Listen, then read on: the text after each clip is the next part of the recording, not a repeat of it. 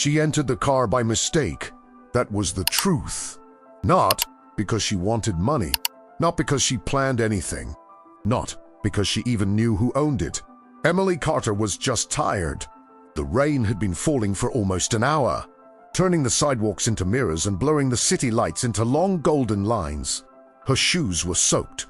Her diner uniform smelled like coffee, fried food, and dish soap. Her backpack felt heavier than usual, even though it carried the same things it always did: used textbooks, overdue bills, a half-eaten sandwich, and a small container of soup her mother had made that morning. Her mother had been too weak to stand for long, but she had still insisted. "Take it with you, sweetheart," she had said. "You study better when you eat." Emily had smiled, kissed her forehead, and promised to come home early. But it was nearly midnight now. She had finished a double shift at the diner, and her exam was the next morning.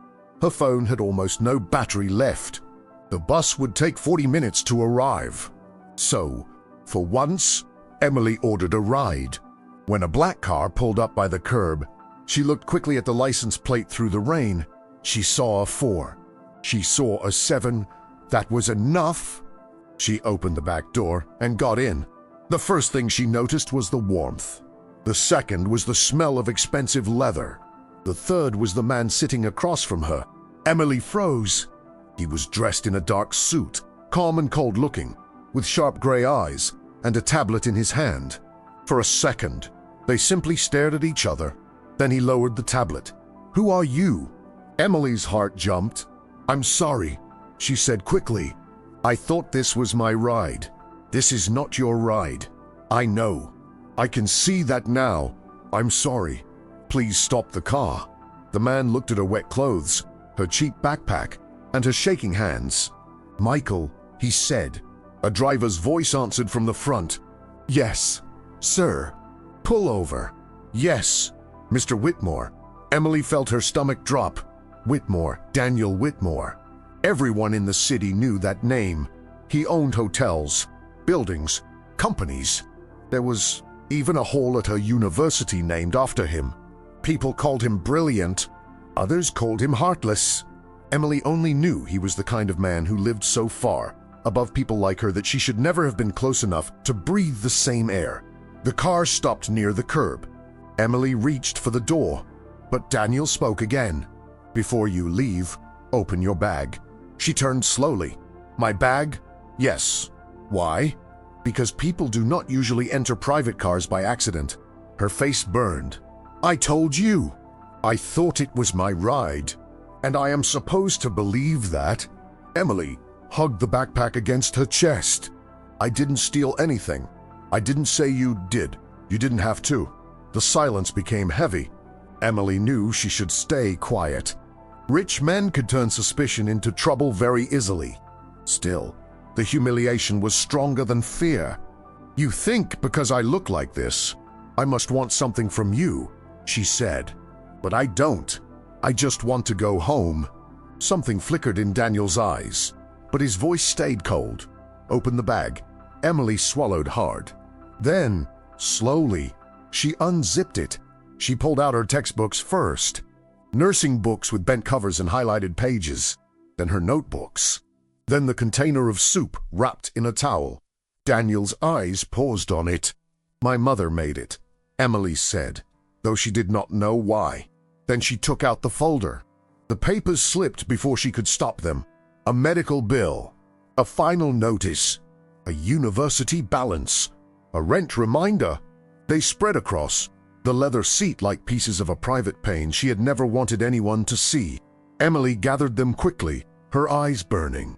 "There," she whispered. "That's all I'm hiding." Daniel said nothing.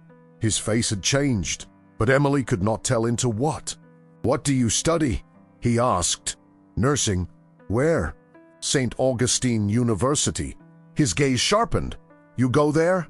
"Yes. On scholarship. Partial. And the rest." "I work."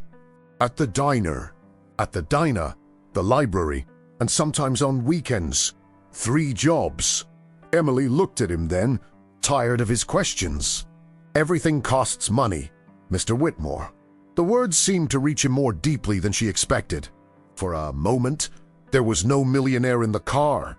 Only a man looking at bills he could pay without noticing, and a young woman whose whole life was trapped inside them. He glanced out the window. "Where do you live?" "I can walk. It's raining. I know." "Your phone is almost dead." "I know." "Then let my driver take you home." "I can't pay." "You. I didn't ask you to." "I don't want charity." Daniel looked at her for a long moment. Then consider it an apology. Emily wanted to refuse, but she was exhausted. Her mother was waiting. Her exam was only hours away. So she gave the address. The car drove through the city in silence. Emily sat stiffly, careful not to touch anything. Daniel looked out the window, but every now and then his eyes returned to the container of soup. "Your mother is sick?" he asked quietly. Emily did not answer at first. Then she said, "Yes." "What does she have?" "Pulmonary fibrosis." Daniel's face changed. "My wife had a lung disease," he said. Emily looked up. "I'm sorry. It was a long time ago." But his voice told her it was not. The car stopped in front of her old apartment building. The light above the entrance flickered. Paint peeled near the door. Emily opened the car door. "Thank you for the ride." Daniel took a business card from his jacket. "If your mother needs medical help, call this number." Emily looked at the card, but did not take it. "There is always a price with people like you." Daniel's hand lowered slowly. "Not always." Emily stepped into the rain. "In my experience," she said softly, "always." Then she closed the door and went inside. Daniel watched her disappear into the building. Only after the car moved away did he notice something on the floor. A photograph. He picked it up.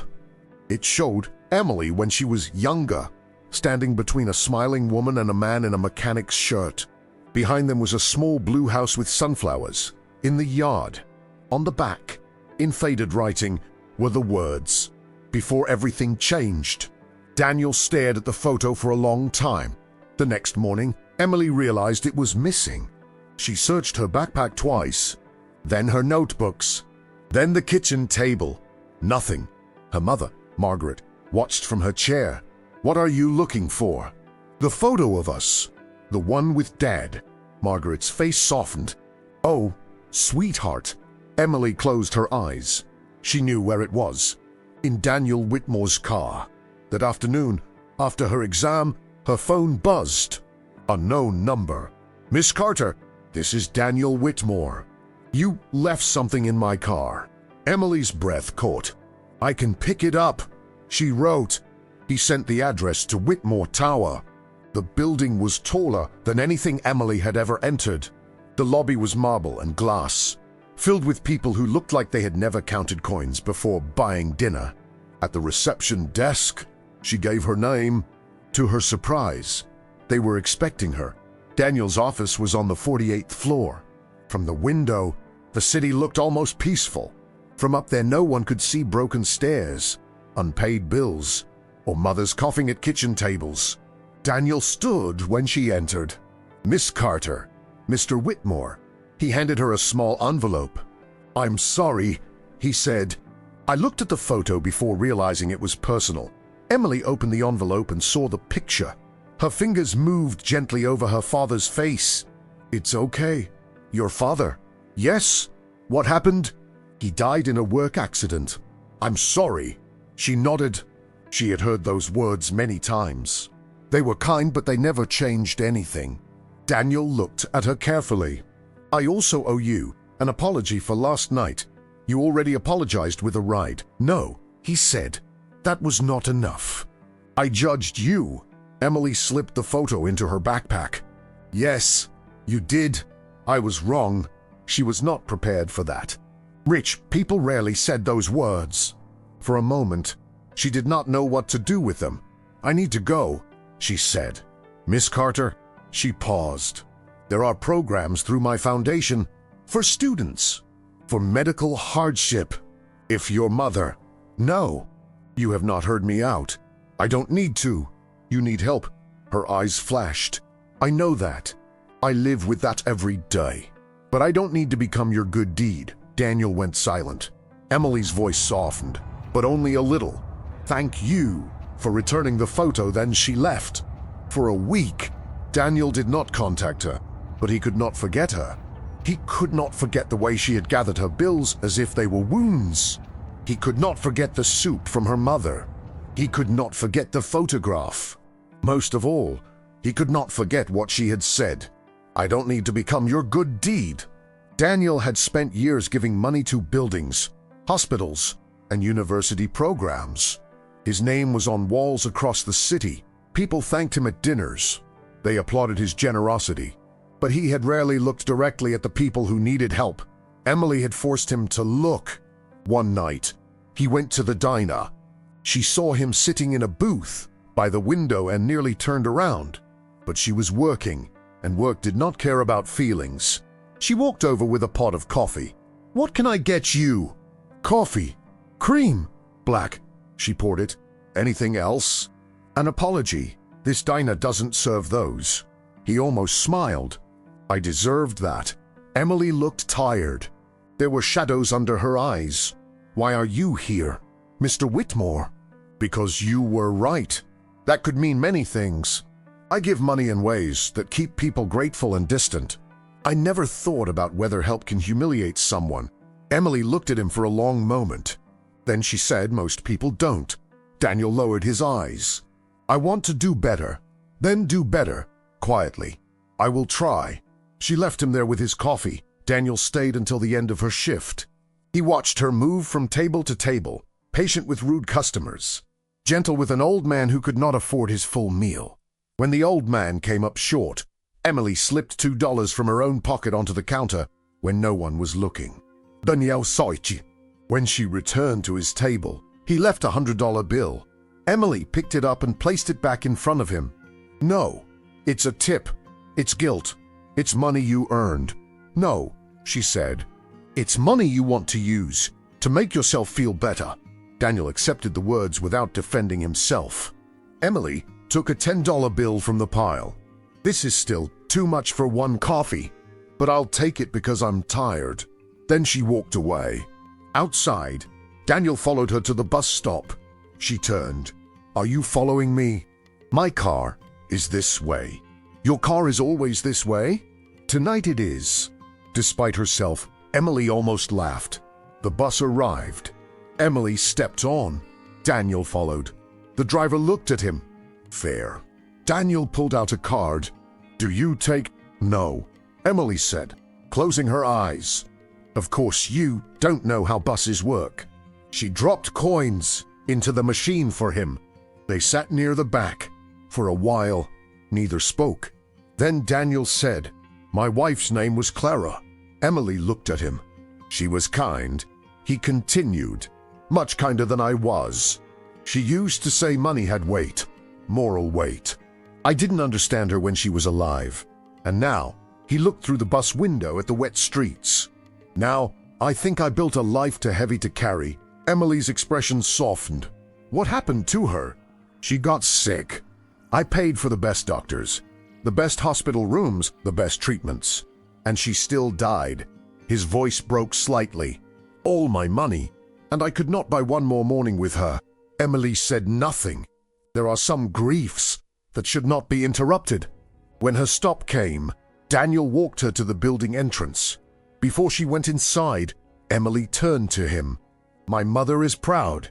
Don't show up here with gifts. Don't send money behind my back. Don't try to fix my life without asking." Daniel nodded. "I won't." She studied him. "I mean it. So do I." That was the beginning. Not of romance. Not yet. It was the beginning of trust, which is slower, harder, and more fragile. Daniel helped Emily find medical assistance for her mother through an existing foundation program. He did not pay the bills himself. He did not put his name on the help.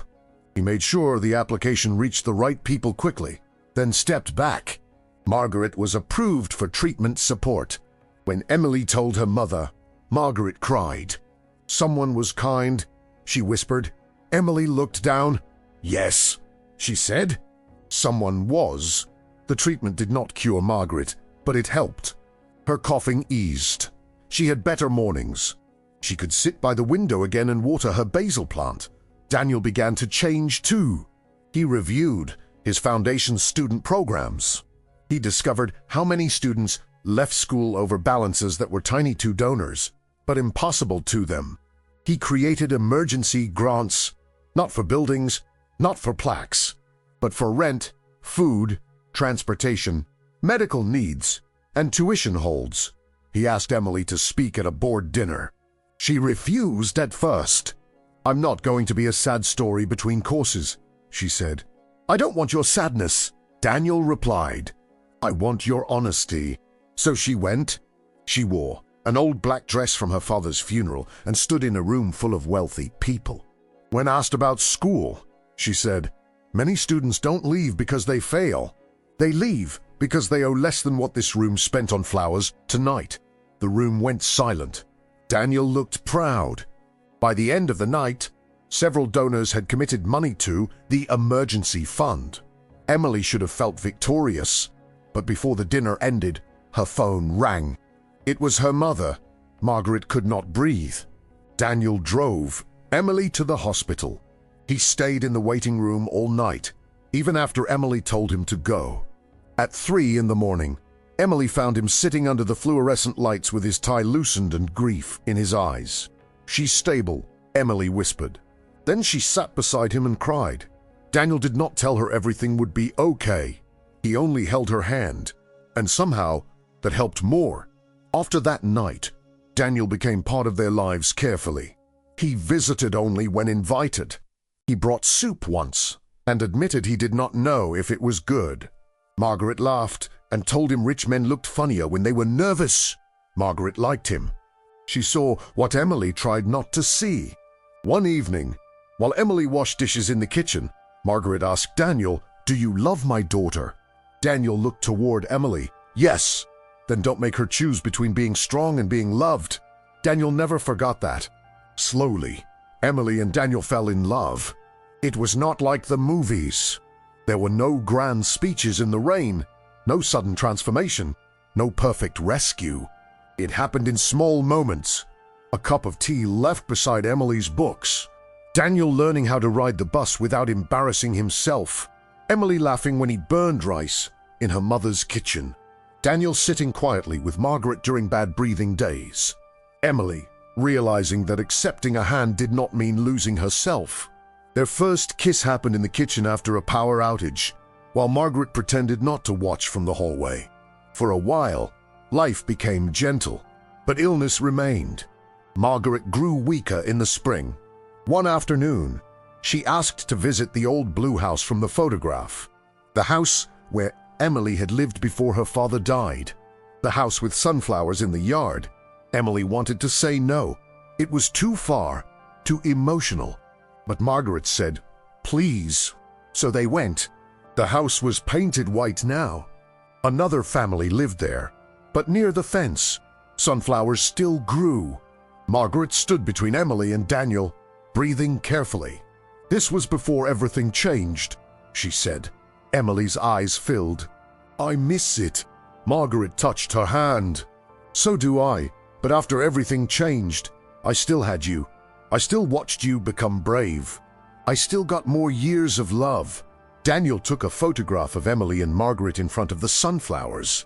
Then Margaret insisted he join them. A stranger took the picture. Later, on the back, Margaret wrote, "After everything changed." 3 weeks later, Margaret died. She passed away at dawn in her own bed, with Emily holding one hand and Daniel holding the other. Emily did not scream. She became very still, as if the world had ended too quietly for her body to understand. Though Daniel stayed the funeral, through the empty apartment afterward. But grief frightened Emily. It made love feel unsafe. For several weeks, she pushed Daniel away. He remembered Margaret's words and did not punish her for it. He left soup outside her door with a note that said, "No need to answer. Eat if you can." He waited. One night, Emily found her mother's recipe card in a kitchen drawer. Aci di botong margaretiden. for Emily, when she forgets that feeding herself is also an act of love. Emily sat on the floor and cried. Then she called Daniel. "I don't know who I am without her," she whispered. Daniel answered softly, "You are still her daughter. She's gone." "Yes," he said. But love does not become past tense just because someone dies.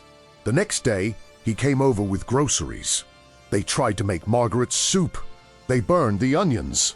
They overcooked the chicken. The carrots were cut terribly. Emily laughed for the first time since the funeral. The soup was not perfect, but she ate it, and that was enough for that day. Years later, Emily graduated from nursing school.